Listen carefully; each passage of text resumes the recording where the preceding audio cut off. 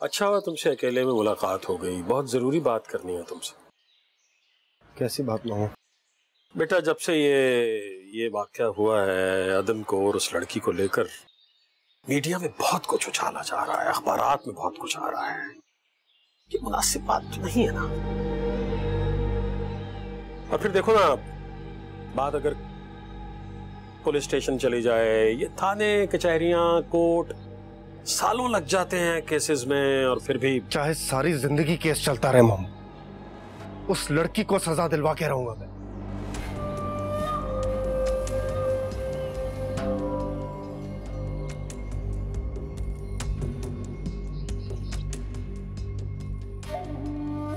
ठीक है, अब वकील से मिल लें। कल और परसों कोर्ट बंद है। पीर वाले दिन हम लड़की को चालान के साथ अदालत में पेश कर देंगे।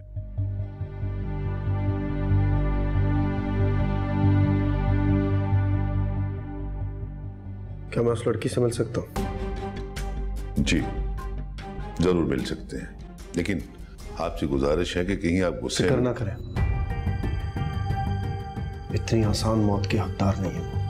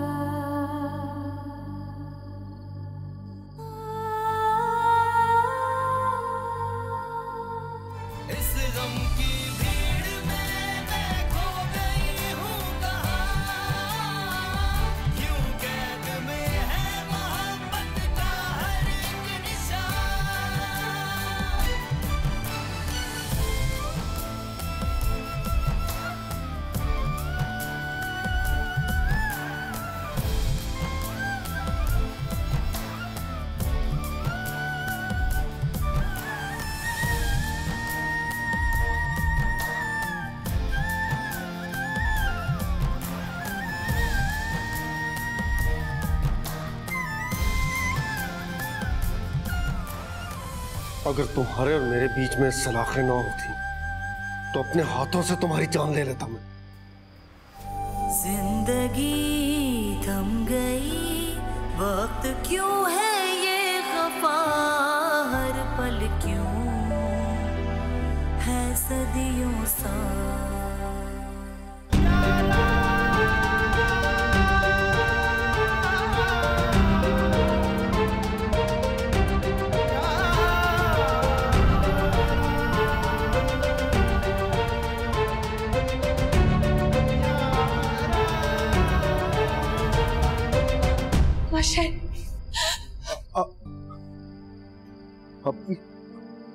अपनी सफाई में कुछ भी कहने से पहले ये जान लो कि तुम्हारे सामने अदन का भाई खड़ा है, तुम्हारी मोहब्बत का दावेदार नहीं।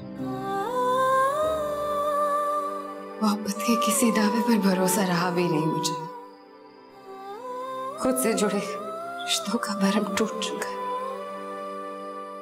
अपने बाबा की झुकी गर्दन ये पलट के यहाँ ना वापस आने से अंदाजा हो चुका है मुझे। जो खुद से भी ज्यादा मुझ पर भरोसा करता था, वो शख्स मुझे कसूरवार मान चुका है। तो किसी गैर से क्या उम्मीद रखी? काश मैं एक ही वक्त में तुम्हारे और अपने भाई के कातिल के सामने ना खड़ा होता। मैं अदन की कातिल नहीं हूं। हर सबूत तुम्हारे खिलाफ है। अपनी बेगुनाही का कोई सबूत है तुम्हारे पास? सबूर मेरी बेगुनाही का सबूत है। वो सच बताएगी। दुआ करो ऐसा ही हो रेहाम। और अगर ये झूठ है तो खुदा से अपने लिए दुआ में रहम मांगना इंसाफ नहीं, क्योंकि इंसाफ तुम सह नहीं सकोगी। ऐ खुदा सुन सदा, खोया क्यों है रास्ता, कर दे तू अब कोई तो फैसला। आसमां से परे जो भी हो तेरी रजा, कर लो कबूल मैं अब सर को झुका। इस गम की भीड़ में मैं खो गई हूँ कहाँ, क्यों कैद में है मोहब्बत का हर एक निशान, गुजरी जो मुझ पे है कैसे कर अब बयां, क्यों कैद में है मोहब्बत का हर एक निशान।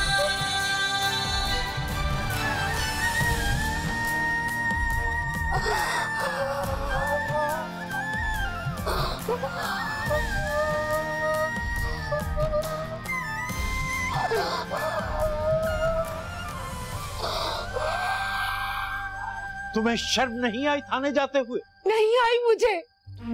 मेरी बेटी लावारसों की तरह थाने में पड़ी है। आप लोगों का दिल पत्थर का हो सकता है, मेरा नहीं। मैं जाऊंगी उसकी खबर लेने। वो थाने नहीं कब्र में चली गई है हमारे लिए। हम खैरतमंद लोग। जितने तुम गैरतमंद हो ना, अंदाजा है मुझे। बस करो, बस करो। अब वहां आइंदा जाने की कोई जरूरत नहीं। उसके साथ हमारा रिश्ता, नाता, लेना देना खत्म। मरने वालों की कब्रों में भी तो फाते पढ़ने जाते हैं ना, वो तो जिंदा है। आप लोगों के आराम के लिए वो सारी जिंदगी सोचती रही,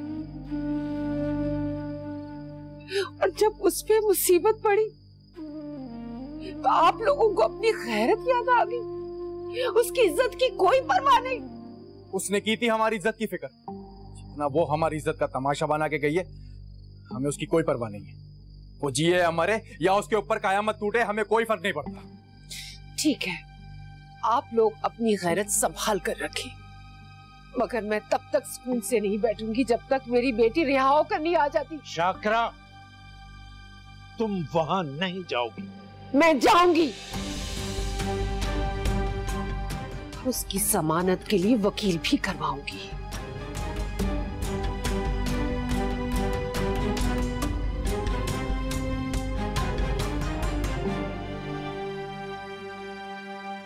हद है, इतना सब कुछ हो गया पर किसी को सुकून नहीं मिला इस घर में।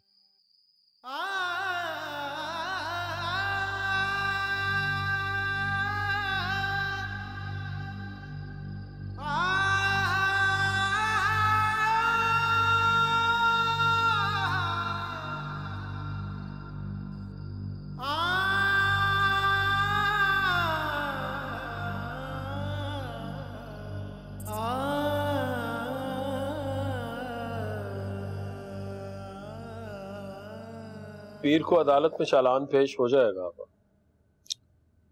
उस लड़की को उसके किए की सजा मिलकर ही रहेगी। पप्पू, आपकी कॉफी। थैंक यू बेटा। सर में भी थोड़ा सा दर्द हो रहा था। तो मैं दबा देती हूँ ना? नहीं नहीं, ओके, कोई बात।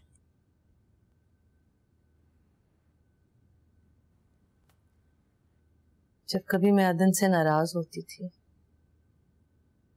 या उसे एक्स्ट्रा पॉकेट मनी चाहिए होती थी तो वो भी खामखा मेरा सर ऐसे दबाता था। हाय अल्लाह, जिंदगी कितनी बेएतबार होती है। कल तक जो बच्चा हम सब की जान था, हमारी जिंदगी को वीरान करके चला गया। किस तरह हंसता खेलता रहता था। क्या किया जाए, मुकद्दर से कोई नहीं लड़ सकता। काश उसके मुकद्दर में ये सब कुछ लिखा होता। ऐसे नहीं हुआ ना। उस लड़की ने बहुत प्लानिंग करके उसे हमसे छीना। वो जानती थी कि वो कितना जज्बाती है। उसे पापा की दौलत जायदाद के बारे में सब कुछ मालूम था। तो उसने प्लान किया, और ऐसे ही करती हैं ये गरीब घरों की लड़की। लड़कों को अपनी मोहब्बत के जाल में फंसाती हैं और फिर एक्सप्लॉइट करके उनकी जिंदगी बर्बाद कर देती हैं। गज़ब खुदा का। कम से कम अपनी और अदन की उम्र का ही लिहाज कर लेती, हमारे मासूम बच्चे की जान तो बच जाती। ऐसे ही करती है ये, कच्चे जहन को ही तो टारगेट करती। अदन की जगह अगर आशिर होता तो। थैंक यू बेटा।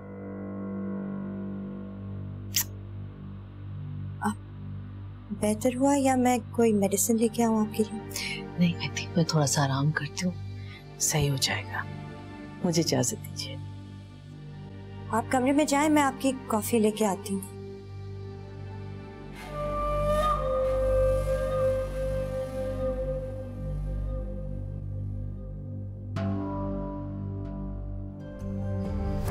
तन दे पुरजे पुरजे कर दे जिवे करदा दर्जी तुम्हारे इस जोड़े और मेहंदी का लाल रंग मन नू रोकना सिर्फ रंग नहीं है, कोई पावे कोई लख पावे जंजीर मेरे अदन का खून। इश्क दा ऐन जे समझे होंदा लड़दा नाल अपनी सफाई में कुछ भी कहने से पहले ये जान लो कि तुम्हारे सामने अदन का भाई खड़ा है, तुम्हारी मोहब्बत का दावेदार नहीं। तुमने मुझसे सारे रंग छीन लिए, बस एक सफेद। तू जाने है रब्बा उसे सफेद कफन में दफना दी। जिंदगी है क्यों। और अगर ये झूठ है तो खुदा से अपने लिए दुआ में रहम मांगना इंसाफ नहीं, क्योंकि इंसाफ तुम सह नहीं सकोगी। गुजरी जो मुझ पे है कैसे करूं अब बयां, क्यों कैद में है मोहब्बत का हर एक निशान। गुजरी जो मुझ पे है कैसे करूं अब बयां, क्यों कैद में है मोहब्बत का हर एक निशान। What? रेहाम, ये कैसे मुमकिन है आशिर? यही सच है, वही अदन के ट्यूटर थे और एविडेंस से साफ जाहिर है कि अदन ने रेहाम की वजह से खुदकुशी की। It's ridiculous यार, उसके बारे में ऐसा सोच भी नहीं सकता। बाज मासूम चेहरे नकाब उतरने पर बहुत भयानक साबित होते हैं। I can understand your pain Ashir. सबूर कहाँ है? उसका फोन बंद जा रहा है। सबूर बाहर गई है ग्रोसरी लेने। Okay. I'm really sorry Ashir, जो हुआ वो नहीं होना चाहिए। प्लीज जब वो वापस आए तो मेरी उससे बात करवा देना सर। असल में अभी एक ही महीना वो उसे यहाँ पे आए, काम शाम में बिजी थी, घर सेट करना था। मैं अदन की डेथ के वक्त सबूर पाकिस्तान में नहीं थी? नहीं, वो वहाँ होती तो एटलीस्ट तुम्हारे आने तक रुक जाती भाई। मुझे लगा तुम्हें पता था इस बात। जैसे ही आती है तुम्हारी बात करो। चलो ख्याल रखो, अल्लाह हाफिज़।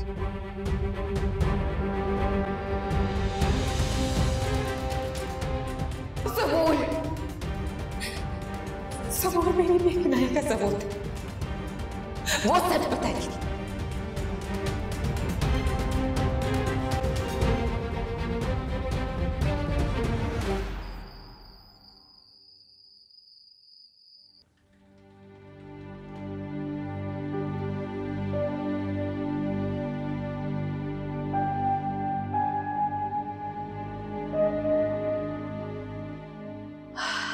अल्लाह माफ करे। पापा तो बिल्कुल टूट सी गई हैं, मुझसे तो उनकी हालत देखी नहीं जा रही। अल्लाह किसी माँ को औलाद का दुख न दिखाए। बहुत मुश्किल होता है ये दुख बर्दाश्त करना। तौसीफ, मैं आपसे बात कर रही हूँ, किन सोचों में गुम बैठे हैं आप?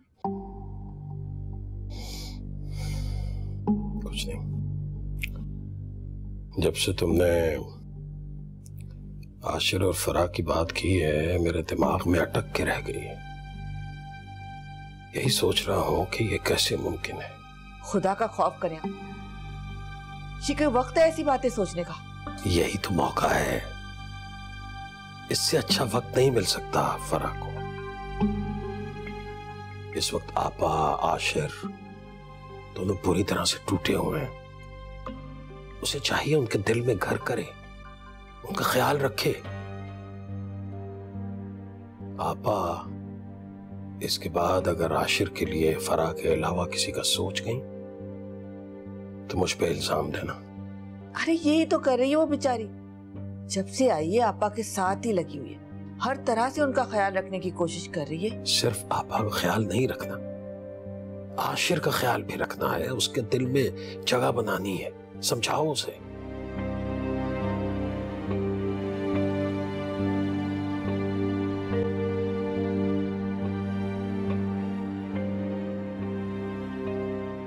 तुम्हें आशिर से झूठ नहीं बोलना चाहिए था। बिल्कुल नहीं बोलना चाहिए था, पर मैं सच भी नहीं बोल सकता उससे। आशिर रेहाम से मोहब्बत करता है, एटलीस्ट सच जानकर शायद वो रेहाम की कुछ मदद कर देता। मिल चुका है वो रेहाम से, और जिस तरह वो उसके बारे में बात कर रहा था ना, उसमें कोई मोहब्बत नहीं शामिल। और शायद रेहाम ने बता दिया उसको कि वो मैसेज रेहाम ने नहीं तुमने किया। इसलिए तुमने उसे झूठ बोला कि मैं 1 महीने से अमेरिका में हूँ। हाँ, क्योंकि मैं तुमसे मोहब्बत करता हूँ यार, बीवी हो तुम मेरी। तुम्हारे ऐसे महान बन के रेहाम को बचाने से सिर्फ तुम्हारी जिंदगी में फर्क नहीं पड़ेगा। सबूत सब मैं खुशी से नहीं कर रहा यार, सब मैं हमारे लिए कर रहा हूँ। I can't afford to lose you। दूसरा कोई ऑप्शन भी नहीं है हमारे पास। I'm really sorry। जितनी गिल्टी मैं हूं ना Faisal, I don't think all this will help.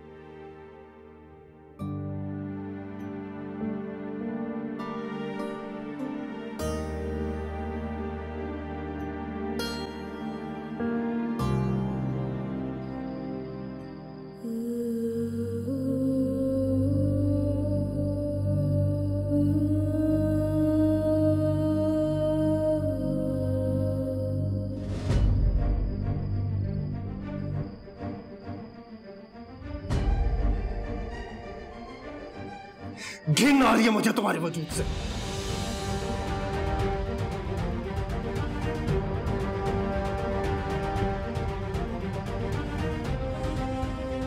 यह तुम्हारा असली चेहरा। इतनी घटिया और संगदिल हो सकती हो तुम, मैं सोच भी नहीं सकता था।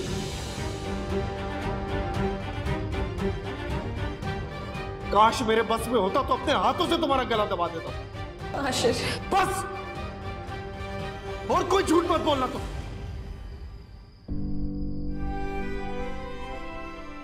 दिल में एक हल्की सी उम्मीद थी कि काश सबूर से तुम्हारी बेगुनाही का कोई सबूत मिल जाए, काश ऐसा हो जाए।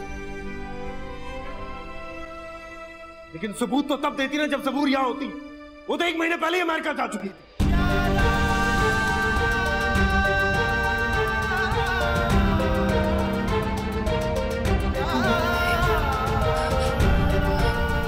तो फिर इंतजार किस बात का है? अगर तुमने कसूरवार मान ही लिया मुझे, तो फिर अपने हाथों से मेरा गला दबा दो। अपनी नफरत और मेरी जिल्लत से आजाद कर दो मुझे। तुम्हारा गुनाह इतना छोटा नहीं है कि एक ही लम्हे में तुम्हें अपनी नफरत और तुम्हारी जिल्लत से आजाद कर दूं। हाल मेरा तू जाने है रब्बा, दर्द सी जिंदगी है क्यों, सांसें हुई जैसे एक इम्तिहान, ढलती न गम की रातें क्यों, गुजरी जो मुझ पे है कैसे करूं अब बयां, क्यों कैद में है मोहब्बत का हर एक निशान, गुजरी जो मुझ पे है कैसे करूं अब बयां, क्यों कैद में है मोहब्बत का हर एक निशान।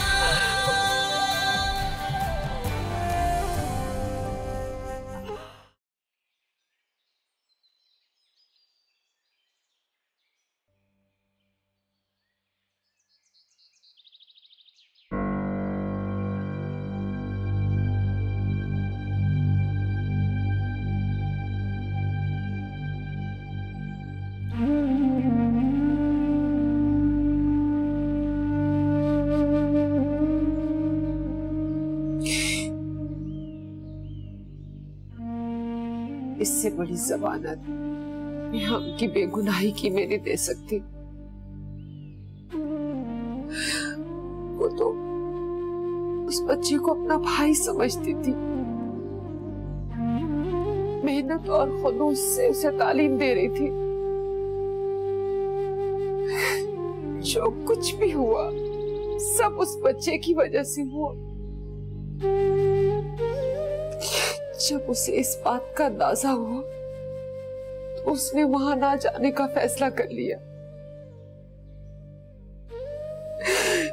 बात और ना बिगड़े, उसने मुनीर से शादी के लिए हाँ कर दी। सबसे ज्यादा तो मैं उसके खिलाफ थी और आप सबको लगता था कि मैं उसकी दुश्मन हूं। हाँ, मैं करती थी उस पे सख्ती, क्योंकि मैं जानती थी उसकी एक जरा सी गलती सबको बर्बाद कर देगी।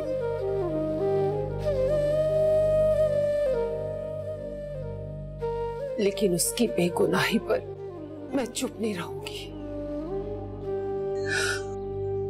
आप कलामे पाक पर हाथ रखकर दिल से कहें कि रेहाम कसूरवार है, तो मैं आपसे वादा करती हूँ कभी उसका नाम नहीं लूंगी।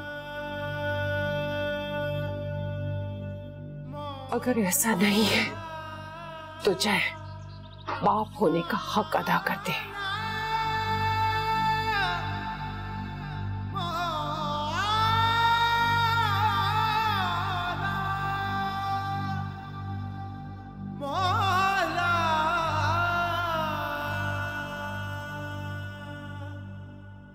देखो कैसे मुस्कुरा रहा है,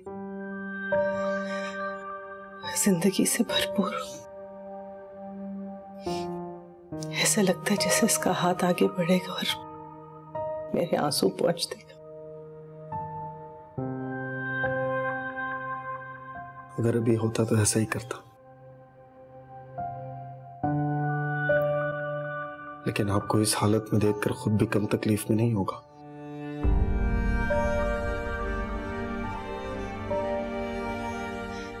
कैसे बदलूं इस हाल को? आंखें बंद करती हूँ तो उसका चेहरा नजर आता है, आंखें खोलती हूँ तो इस घर के हर हिस्से से जुड़ी हुई उसकी यादें मेरे सामने आ खड़ी हो जाती, जैसे मुझसे शिकायत कर रही हूँ। जिसने अदन की जान ली है, काश मेरे बस में होता कि मैं उसे अपने हाथों से सजा दे सकूं, उसे हर उस तकलीफ से, उस अजियत से गुजारूं जिससे मेरा अदन गुजरे।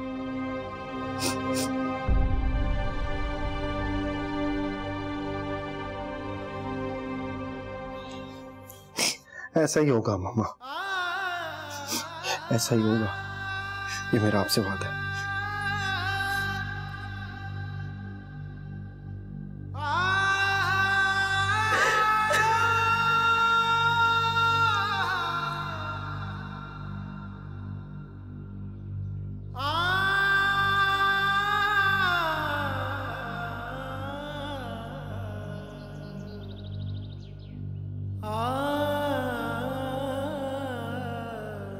ये कत्ल का केस है और जब तक इस केस में हमारे पास मजबूत गवाही नहीं होगी तुम्हारे बेटे को कोई भी बेकसूर साबित नहीं कर सकता। कहां से लाऊं गवाह? वो लोग वडेरे हैं, उन्होंने सबको डरा के रखा हुआ है। तो तुम भी पैसे खर्च करो, हम झूठे गवाह बना लेते हैं। कमाल है साहब, मैं सच को साबित करने के लिए भी झूठ खरीदूं? तो ठीक है, जाओ ले जाओ अपने बेटे को कब्रिस्तान। अरे ऐसे तो उसे फांसी से कोई भी नहीं बचा सकता।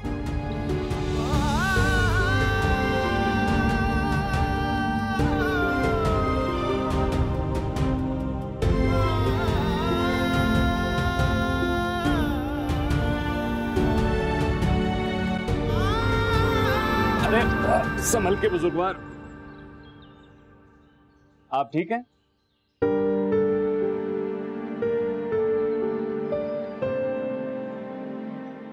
आप आइए मेरे साथ, आइए, सिर्फ आइए।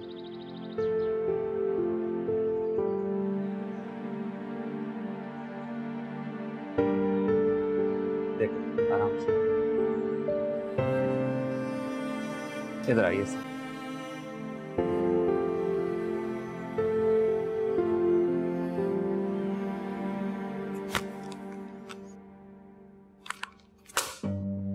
कुछ भी लिख देते हैं। मैंने कहा था ना ये बात बहुत बढ़ेगी। अब देख लो, अखबारात भरे पड़े। जी मामू जान, पढ़ चुका हूं। अखबार वाले क्या, न्यूज चैनल वाले तो कोई और ही कहानी सुना रहे। अदन अपनी खूबसूरत टीचर की मोहब्बत में गिरफ्तार, उसके ठुकराने की वजह से उसने खुदकुशी कर ली।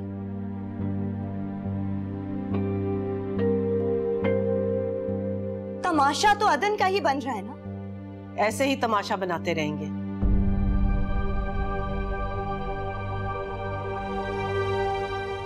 जब तक अदन को तमाशा बनाने वाली का तमाशा नहीं बन जाता।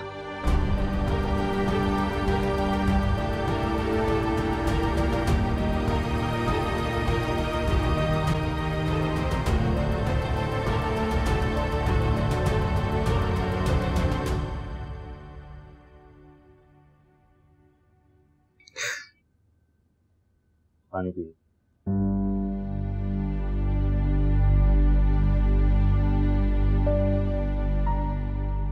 देखिए बुजुर्गवार, मुझे 100% यकीन है कि आपकी बेटी बेकसूर होगी, मगर उसे बेकसूर साबित करने के लिए आपकी तरफ से दरखास्त दायर की जाएगी और उसके लिए आपको सामने आना पड़ेगा।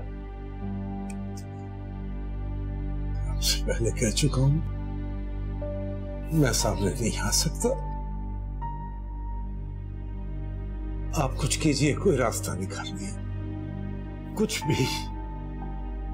देखिए मैं अपनी दुकान बेच के सारे पैसे आपके हवाले कर दूंगा। कैसे बाप हैं आप? बेटी की खातिर सब कुछ बेचने के लिए तैयार हैं, मगर बरादरी के खौफ से उससे हमदर्दी जाहिर नहीं कर सकते।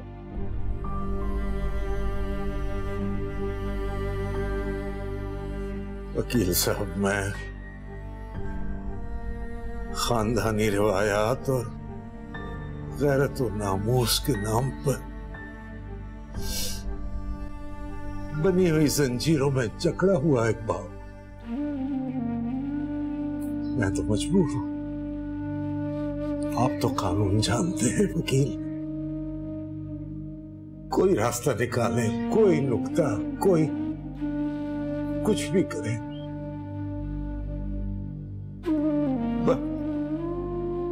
बस मैं इतना करते कि मेरी बेटी की जिल्लत की मौत ना हो। अरे आप प्लीज इस तरह से हाथ मत जोड़िए। देखिए, मैं आपके बेटे की तरह हूं, मुझे कुछ सोचने दो। अच्छा, मैं उन लोगों से बात कर लूं, फिर आपको बताता हूं। किन लोगों से बात करेंगे आप? जाहिर है मरने वाले के लवाहिकीन से और पुलिस से भी बात करनी पड़ेगी। देखिए जनाब, अगर दूसरी पार्टी ने आपकी बेटी को माफ कर दिया, सिर्फ उसी सूरत में वो जेल की जिल्लत भरी जिंदगी से आजाद हो सकती है।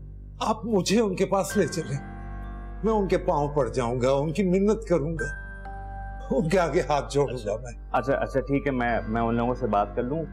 सुलह की कोई सूरत हाल निकलती है तो फिर मैं आपको बता दूं। मैं तो 24 घंटे आपकी चौखट पे पड़ा रहूंगा। जो आप कहेंगे मैं आपकी खिदमत करूंगा। मुझे उनके पास ले चले, मेरी बच्ची को माफी दिलवा। अच्छा ठीक है, मैं बात करता हूँ, आप हौसला रखें। पानी पीजिए आप। माफी दिलवा दे मेरी बच्ची को। ठीक। इंस्पेक्टर साहब, मैं अच्छी तरह जानता हूं मीडिया को ये सारी खबरें कहां से मिलती हैं। उनका सबसे बड़ा सोर्स ऑफ इंफॉर्मेशन आप लोग ही हैं। जनाब, खबर तो तभी बनती है जब कोई ऐसी बात होती है, फिर हम लोग अपना काम करते हैं और वो लोग अपना। हाँ, थोड़ा बहुत ताउन है, कभी वो हमारे साथ करते हैं और कभी हम। तो आखिर कब तक चलता रहेगा? आप उसे कोर्ट भिजवाएं, सजा दिलवाएं। वैसे उसकी तरफ से अभी तक कोई ना दरख्वास्त गुजारा है और ना ही कोई वकील। मैं भी यही सोच रहा था कि इक़दाम कत्ल का चार्ज लगा के उसे कोर्ट में पेश कर दूं।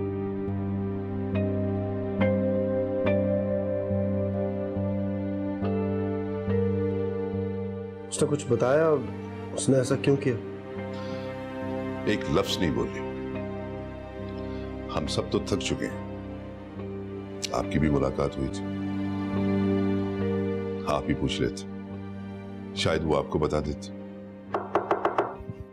सलाम जनाब, इजाजत है, अंदर आ जाओ। वालेकुम अस्सलाम। आइए आइए जनाब ताहिर साहब, बताइए कैसे आना हुआ? मेरी क्लाइंट रेहाम आपके यहाँ मेहमान है, उसी सिलसिले में बात करनी थी। शुक्र है उसकी तरफ से भी कोई आया। बहरहाल ये आशिर साहब, मकतूल के बड़े भाई, जिसका आपकी क्लाइंट ने कत्ल किया है। एक्सक्यूज मी जनाब, ना मरने वाला मकतूल है और ना ही मेरी क्लाइंट ने उसकी जान ली है।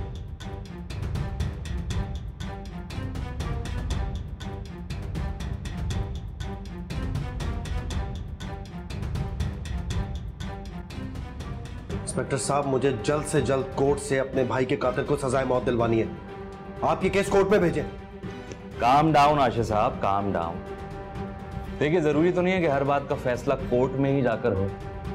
कुछ बातें आपस में भी तय की जा सकती हैं, और यह भी हो सकता है कि जो हकायक आपके सामने है वो दुरुस्त ना हो, मामला कुछ और ही हो। What do you mean? बेहतर यही होगा कि आप लोग बैठकर आपस में बात कर लें। प्लीज बैठे आशिर साहब। Thank you. मुझे थोड़ी पता था कि फूफो पीछे खड़ी हुई है।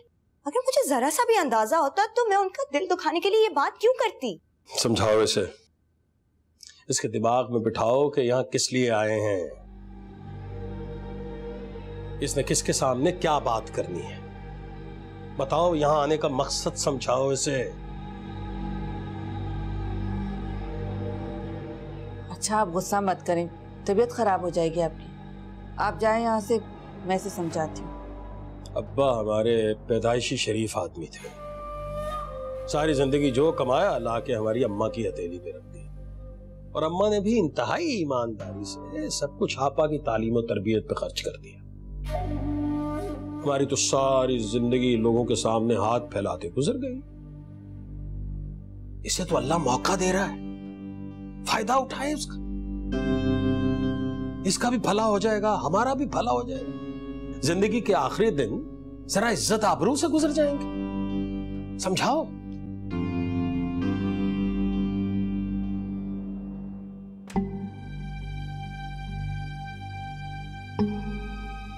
ये भी ना सारा इल्जाम अपने माँ बाप और फूफो पे लगाते थे। कभी कोई मेहनत की है इन्होंने अपनी जिंदगी में? कोई काम, कोई कारोबार दिल से किया है? अच्छा, अपनी बकवास बंद करो। उन्होंने जो किया सो किया, अब तुम्हें अपनी जिंदगी के बारे में सोचना है। अपनी पुप्पो के साथ साथ आशिर का दिल जीतने की भी कोशिश करो, फिर बस देखना क्या होता है।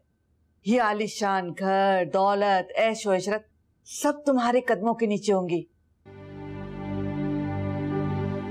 तुम्हारे अब्बू बहुत जल्द पुप्पो से आशिर के बारे में बात करने वाले हैं, तुम दोनों की शादी के बारे में।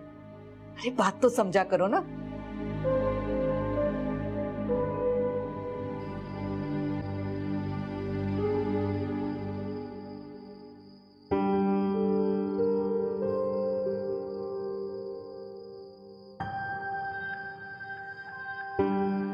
सुफिया, ऐसी क्यों खड़ी हुई?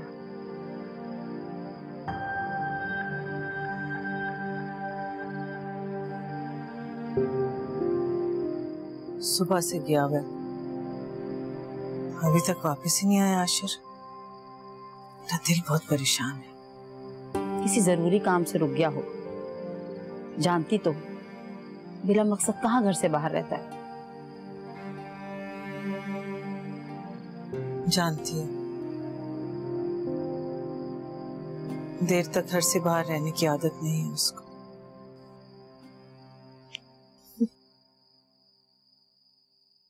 देर तक रहने वाला तो अब चला गया। बड़ी आपा, मेरे पास आशिर के सिवा जीने का कोई मकसद नहीं है, इसीलिए मैं उसको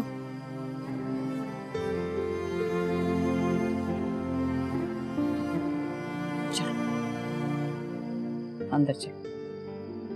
मैं फोन करके पूछती हूँ आशिक को कहाँ।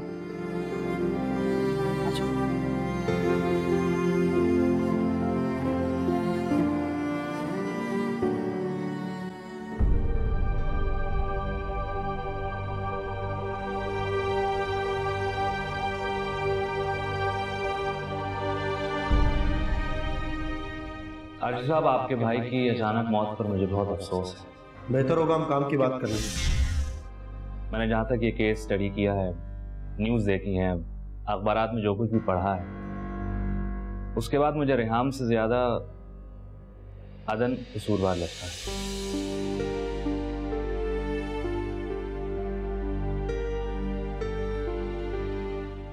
आपसे बात करके मैं अपना वक्त जाया कर रहा हूं। एक मिनट, आप मेरी बात तो सुन लीजिए प्लीज।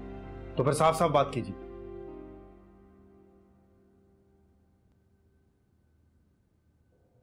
रेहाम के वालिद साहब ने माफी की दरखास्त की।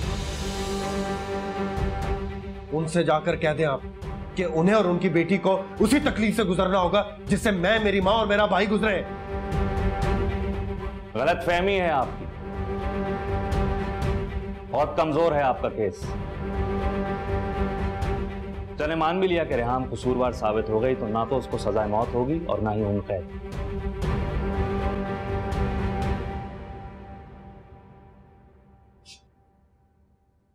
कहीं से भी ये कत्ल साबित नहीं होता। अव्वल तो कानून में इतनी गुंजाइश है कि मैं रेहाम को बचा लूं, और दूसरी बात आप जानते हैं हमारे यहां मुकदमात के फैसलों में सालों लग जाते हैं, और इस पूरे अरसे में अखबारात वाले और मीडिया वाले हर एक बात पर मिर्च मसाला लगाकर आपके जख्मों को हरा करते रहेंगे। खुदा तरसी में रहम खाकर माफ करने से शायद आपको सुकून मिल जाए।